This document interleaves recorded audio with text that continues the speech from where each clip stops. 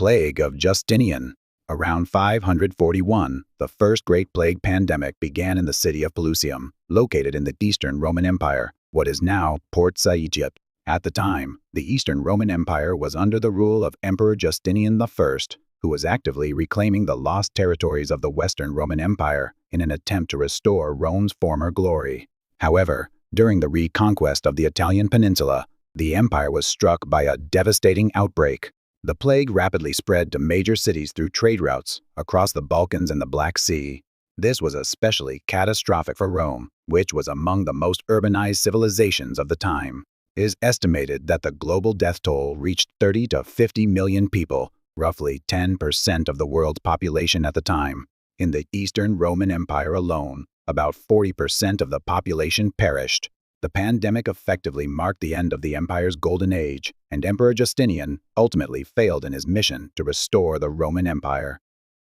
The Black Death. In 1346, a deadly epidemic that originated in Central Asia and China spread to Europe through merchants traveling along the Silk Road. Starting from Sicily, the disease swept across Europe in less than 5 years, reaching Italy, Spain, France, Germany, England, and even the Scandinavian peninsula. At least 30% of Europe's total population perished, and in southern Europe, particularly in regions like Italy, Spain, and southern France, some areas saw 70–80% of their local populations wiped out.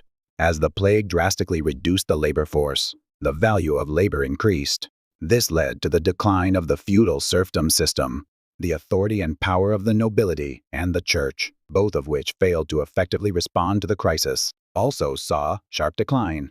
More serfs began fleeing manors, becoming free citizens in urban areas, accelerating urban development and contributing to the diminishing influence of Christianity, factors that eventually helped spark the Renaissance. Additionally, the plague dealt a final blow to the Eastern Roman Empire, which had still maintained a state-level structure at the time. This collapse opened the door for the Ottoman Turks to expand into the Balkans. Asian Plague. The Third Plague pandemic began in 1855 in Yunnan province of Qing Dynasty, China, and lasted for over half a century, with the World Health Organization marking its duration as long as 105 years, continuing until 1960. This outbreak, often referred to as the Third Plague pandemic or the Third Great Plague, resulted in approximately 15 million deaths. While the early stages of the outbreak didn't significantly affect Europe, many Europeans who temporarily traveled through Asia became infected and occasionally brought the disease back to the continent. Among the hardest hit was the British Empire, which had large colonial holdings in Asia, particularly in India and Hong Kong, both of which suffered severe losses due to the plague. As a result, large-scale anti-plague measures were implemented across Europe. Meanwhile, in Taiwan and Manchuria, which were under the control of the Empire of Japan, Japanese authorities also faced numerous challenges and made several attempts, often through trial and error, to contain and combat the plague. After the 20th century. Today, in developed countries with well-established infrastructure, such as modern sewage systems and sanitation, plague is a rare disease.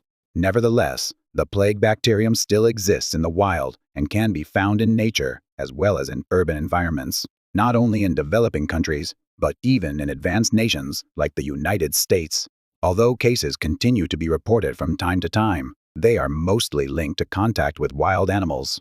So, even if news reports occasionally mention a few new infections, there's no need to fear a return of the massive outbreaks seen during the Middle Ages.